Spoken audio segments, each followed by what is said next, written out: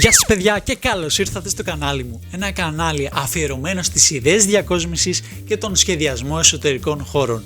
Είμαι ο Φώτης, είμαι αρχιτέκτονας εσωτερικών χώρων και σήμερα θα δούμε 13 έξυπνους τρόπους να διακοσμήσετε ένα μικρό σαλόνι. Κάντε μια εγγραφή, ένα subscribe για να βλέπετε περισσότερες διακοσμητικές ιδέες και προτάσεις. Γράψτε μου κάτω στα σχόλια τι είδους θεματολογίας θέλετε να έχουν τα βιντεάκια μου, τι σας αρέσει δηλαδή και πάμε να ξεκινήσουμε.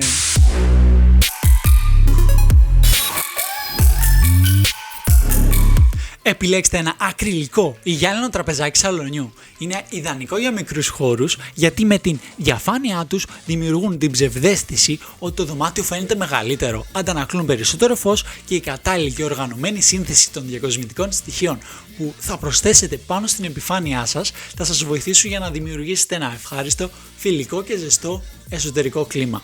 Με αυτή την επιλογή βλέπουμε και στη φωτογραφία ότι αναδεικνύονται και τα γύρω στοιχεία όπως το χρώμα του καναπέ και τα μοτίβα του χαλιού. Επιλέξτε λιγότερα και μεγαλύτερα κομμάτια επίπλων και όχι πολλά και μικρά. Επιλέξτε έπιπλα που διακατέχονται από χαρακτήρα, άποψη και ποιότητα. Πληρώστε ακόμη και το κάτι παραπάνω γιατί είναι κομμάτια που θα μείνουν και η ποιότητά τους το εγγυάται αυτό στη φθορά και στην εμφάνιση.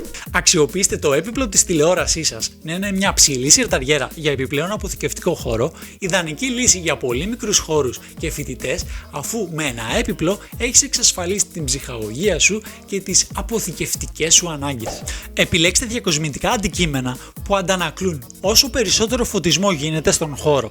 Για παράδειγμα, ένας καθρέφτης στον τοίχο θα διπλασιάσει το φυσικό ή τον εσωτερικό φωτισμό, θα μεγαλώσει τον χώρο και θα δώσει έμφαση στα έπιπλα. Ή αντίστοιχα διακοσμητικά με έντονο βαθμό ανακλαστικότητας θα επιφέρουν τα ίδια αποτελέσματα. Μια safe επιλογή ωστόσο για τη χρωματική παλέτα σας είναι τα ανοιχτόχρωμα και ουδέτερα χρώματα όπως και οι υγιεινές υφές. Προτιμήστε ένθετα τραπεζάκια για ευελιξία κινήσεων και χρησιμότητας. Είναι εύκολα στη μετακίνηση, εξυπηρετούν το σκοπό τους και ποικίλουν σε σχήματα και μεγέθη. Δημιουργήστε διαφορετικά επίπεδα φωτισμού για να μεγαλώσετε τον χώρο σας. Ακόμη και σε μικρά δωμάτια όπως εδώ, η ευελιξία ύπαρξης πολλαπλών φωτιστικών στοιχείων θα δημιουργήσει την αίσθηση ενός ανεξερεύνητου χώρου με ποικιλία χαρακτήρων και διαθέσεων, με αποτέλεσμα να μπορούν να δημιουργήσουν πολλά και διαφορετικά σενάρια διαφύωσης. Τα καδράκια σε διάφορα μεγέθη, θέματα, χρώματα και υφές σίγουρα θα οδηγήσουν σε μια όμορφη και συναρπαστική εμπειρία. Χρησιμοποιήστε ότομα αποθηκευτικά έπιπλα που μπορούν να χρησιμοποιηθούν και ως καθίσματα εάν χρειαστεί, αλλά και ως επιφάνεια πάνω στην οποία μπορείτε να βάλετε δίσκους με διακοσμητικά, όπως φαίνεται και στη φωτογραφία.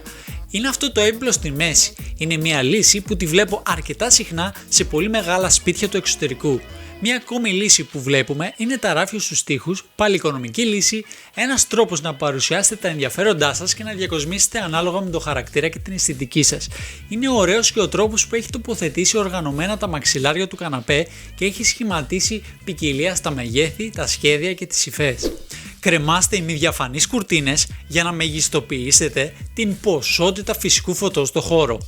Όμορφη φωτογραφία που μας το δίνει καθαρά η σωστή επιλογή χρωμάτων και υφών και η ελάχιστη δυνατή διακόσμηση. Φαντάζομαι ούτε καν θα προσέξατε ότι στο πάτωμα έχουμε ένα έντονο μοτίβο, όμως με τη σωστή αξιοποίησή του δεν είναι αρμονικά με το περιβάλλον, καθαρή δηλαδή και οργανωμένα σωστά χώροι. Μπορείτε ακόμη και σε περιπτώσεις που ο χώρος σας είναι αρκετά μικρός να εγκαταστήσετε απλίκες στους τοίχους για να εξοικονομήσετε χώρο από τα επιδαπέδια φωτιστικά. Όσον αφορά τον καναπέ σας και εφόσον σας το επιτρέπει ο χώρος, μπορείτε να τον τοποθετήσετε στη μέση του χώρου. Επιλέξτε επιτύχεια έπιπλα όπου αυτό είναι δυνατόν. Όπως βλέπουμε και εδώ, δημιουργεί επιπλέον χώρο αποθήκευσης. Σχεδιάστε τον χώρο σας γύρω από μια ουδέτερη παλέτα, δημιουργώντας οπτικό ενδιαφέρον μέσα από την τέχνη, τα χρώματα και τις υφές. Επίσης μπορείτε να βάλετε και ολόσωμο καθρέφτη κάπου στον χώρο. Προσπαθήστε να περιορίσετε τον αριθμό των διακοσμητικών αντικειμένων πάνω στο τραπεζάκι του σαλονιού. Less is more. Όσα λιγότερα, τόσο το καλύτερο. Επίσης, ένα ωραίο κρεμαστό, ιδιαίτερο φωτιστικό, μαξιλάρια από διάφορα στυλ και ένα ωραίο μοτιβάκι στο χαλί δεν θα ήταν και άσχημη επένδυση. Αυτό ήταν το βιντεάκι για σήμερα, ελπίζω να το απολαύσετε και να πήρατε μερικές καλές πληροφορίες και ιδέες για το πώς να διακοσμήσετε ένα μικρό και γεμάτο υποσχέσεις σαλόνι και να εντυπωσιάσετε τους καλεσμένους σας. Βρείτε με σε Facebook και Instagram, έχω links κάτω στο description για οποιαδήποτε απορία μπορεί να έχετε. Γράψτε μου κάτω στα σχόλια τι σας άρεσε, τι δεν σας άρεσε και τι θα θέλετε να δείτε στη συνέχεια.